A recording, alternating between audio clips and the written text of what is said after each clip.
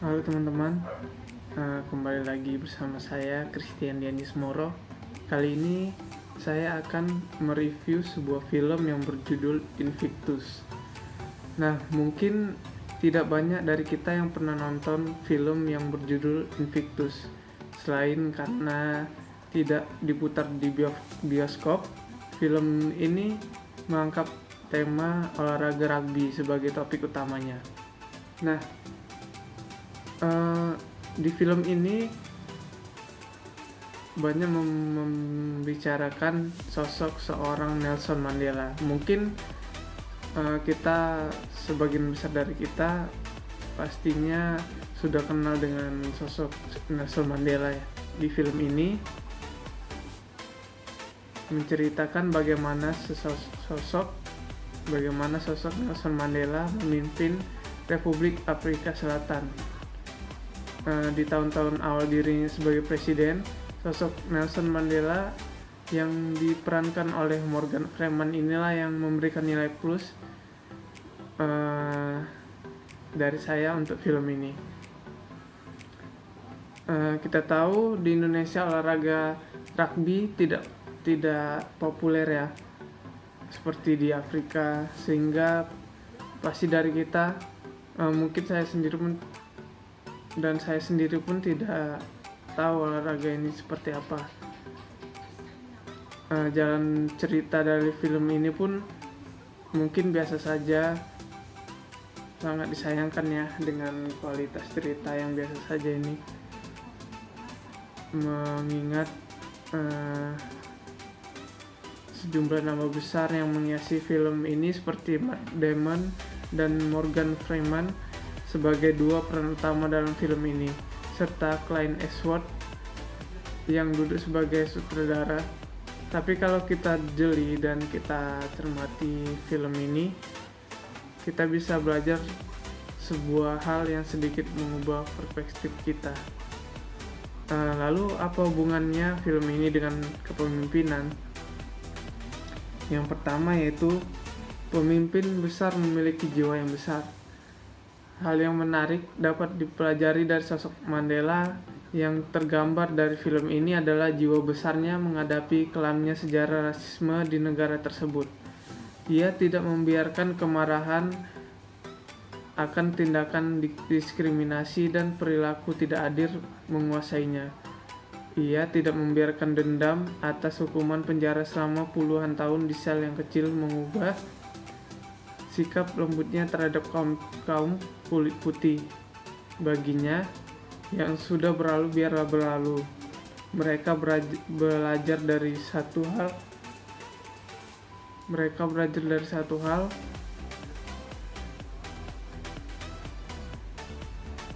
Masa lalu bukanlah tempat untuk kita tinggal.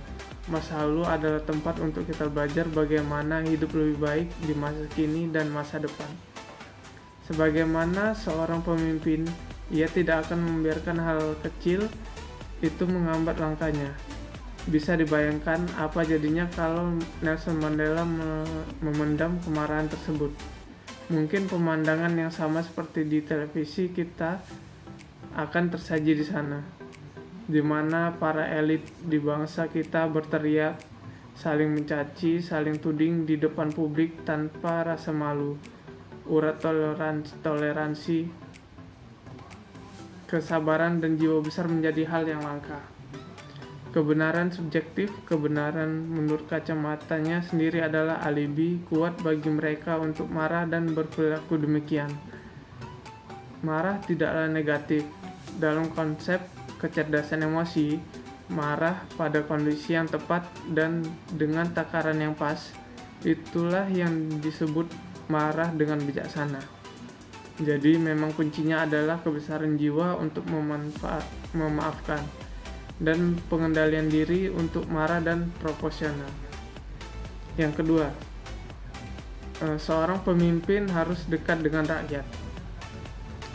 Dan olahraga rugby pun dijadikan pilihan sebagai salah satu alat untuk mempersatukan semua warga negara.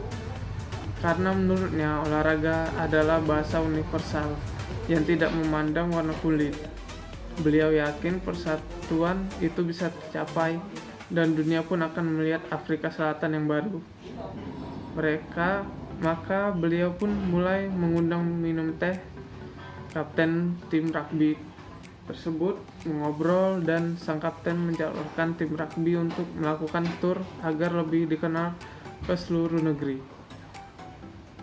Lalu suatu ketika beliau datang ke tempat latihan tim rugby hanya untuk sekedar menyapa para pemain, menyalami satu persatu dengan menyebut nama setiap pemain yang disalaminya dengan tepat. Bahkan beliau tahu ketika ada pemain yang tidak ikut latihan. Menurut saya hal itu yang sangat keren yang dilakukan oleh seorang pemimpin, memberikan sentuhan yang personal kepada sebuah tim yang perlu motivasi. Dan bahkan tim rugby negara itu pun berkesempatan mengunjungi bekas penjara Nelson Mandela.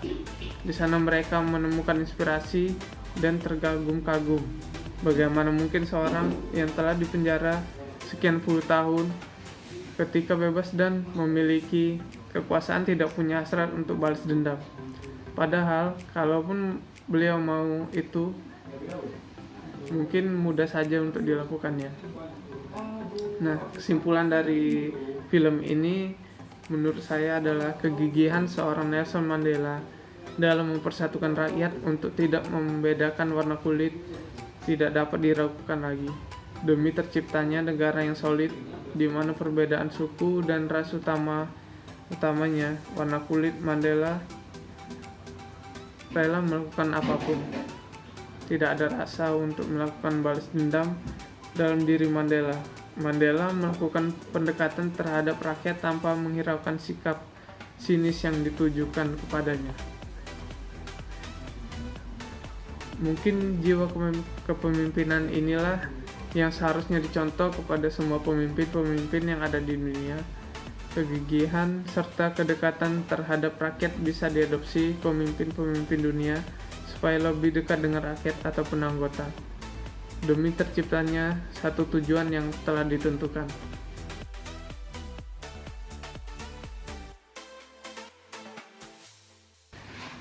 Oke, sekian dari review saya. Semoga bermanfaat, dan kalau Anda penasaran, silakan tonton film Invictus. Dijamin keren. Terima kasih.